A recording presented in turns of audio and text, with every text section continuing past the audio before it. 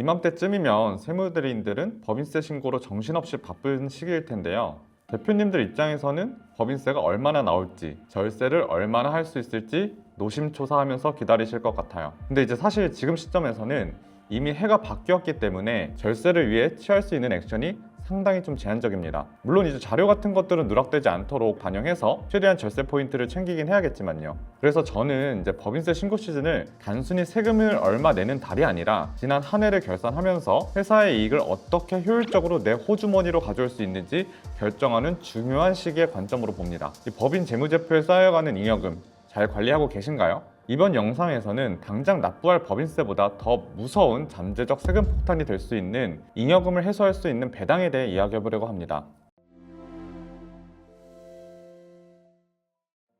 많은 대표님들께서 세금 아까운데 배당을 꼭 해야 하나? 라고 묻곤 하시는데요. 당장 소득세가 아까워서 배당을 미루시죠. 근데 법인에 이익이 남아있지만 배당이나 보수, 투자 등으로 처분하지 않고 누적된 이익을 미처분 이익 잉여금이라고 하는데요. 이 미처분 이익 잉여금은 시한폭탄과 같아요. 이 미처분 이익 잉여금이 지나치게 많이 쌓이게 되면 세무적으로 크게 두 가지 리스크가 발생할 수 있는데요. 첫 번째로는 가업승계 시 상속세 또는 증여세 부담이 급증할 수 있다는 겁니다. 이 잉여금이 쌓이면 법인의 주식 가치가 올라가게 되고 그만큼 이 주식을 자녀에게 물려줄 때 수반되는 세금 부담도 자연스럽게 올라가게 되겠죠. 두 번째로 가업승계를 하지 않는 경우에는 언젠가 이제 법인으로 하던 사업을 정리하게 되는 시점이 올 텐데 이때 잉여금이 장부에 남아 있으면 청산이라는 절차를 거쳐야 돼요. 이때 이제 그동안 쌓인 이익 잉여금이 한꺼번에 배당으로 과세되게 되는데요. 잉여금의 금액이 10억 이상이 된다고 하면 절반이 소득세로 나가게 되겠죠. 여기에 이제 건강보험료는 덤이고요. 이 절세는 기본적으로 분산을 잘해야 되는데 이 기간을 분산시키든 아니면 이제 사람을 분산시키든 이 소득세를 절세하기 위해서는 최고 수혜율 구간을 잘 피하는 게 중요한데요. 그러려면 이제 소득이 한 시점에 몰빵되는 걸 피해야겠죠. 그래서 이제 당장 소득세가 좀 나오더라도 적절히 배당을 실행해서 잉여금 관리를 해주는 것이 중요합니다.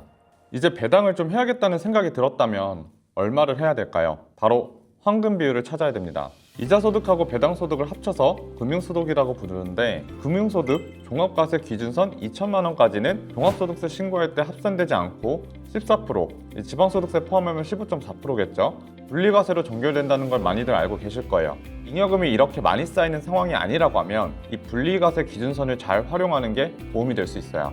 근데 이제 잉여금이 너무 많이 쌓이는 경우라면 이 분리과세 기준선 밑으로만 배당을 실행해서는 잉여금을 관리하는 게 한계가 있어요. 그래서 이런 경우에는 종합소득세 신고할 때 합산과세가 되더라도 2천만 원을 넘겨서 배당을 하는 것이 필요할 수 있는데요.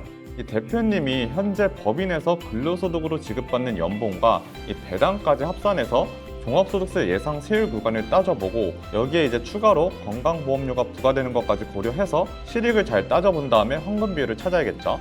이 배당을 지급하기로 결정을 했다면 반드시 상법에 따른 절차를 준수해야 됩니다. 이 절차에 하자가 있는 경우에는 지급한 배당금을 가지급금으로 보는 문제가 발생할 수 있어요. 이 법인세 신고할 때 진행하는 배당은 정기 배당에 해당합니다. 이 정기 배당 외에는 중간 배당이라는 것도 있는데 중간 배당에 대해서는 기회가 된다면 추후 다른 영상에서 좀 다뤄볼 수 있도록 할게요. 이 정기 배당은 보통 재무제표가 승인되고 배당 가능 이익이 산정이 된 다음에 이사회 소집 통지, 이사회 의사록 작성, 주주총회 소집 통지, 그리고 이제 주주총회 의사록 작성, 그 다음 배당금 지급 이런 순서로 진행이 되는데요. 다만 이사의 수나 이 법인의 자본금이 10억 미만인지 여부에 따라서 상법상의 절차나 필요한 서류들이 다를 수 있기 때문에 내 회사에 맞는 절차랑 필요 서류에 대해서는 반드시 전문가와 상의하셔서 절차 요건에 하자가 없도록 준비하셔야겠습니다. 그래야지 이제 안전하게 배당금을 지급할 수 있고요. 이 배당은 법인의 잉여금을 관리하고 미래 세무 리스크를 분산시키는 전략입니다. 이번 영상을 시청하신 대표님들은 이 법인세 신고 기간에 우리 회사에 배당 가능 이익은 있는지, 있다면 적정 수준의 배당액이 얼마일지 검토해 보시면 좋을 것 같아요.